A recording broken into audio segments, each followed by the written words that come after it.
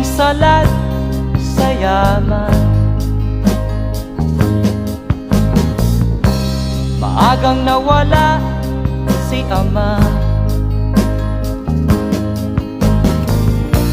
Ang ina ko na may mahina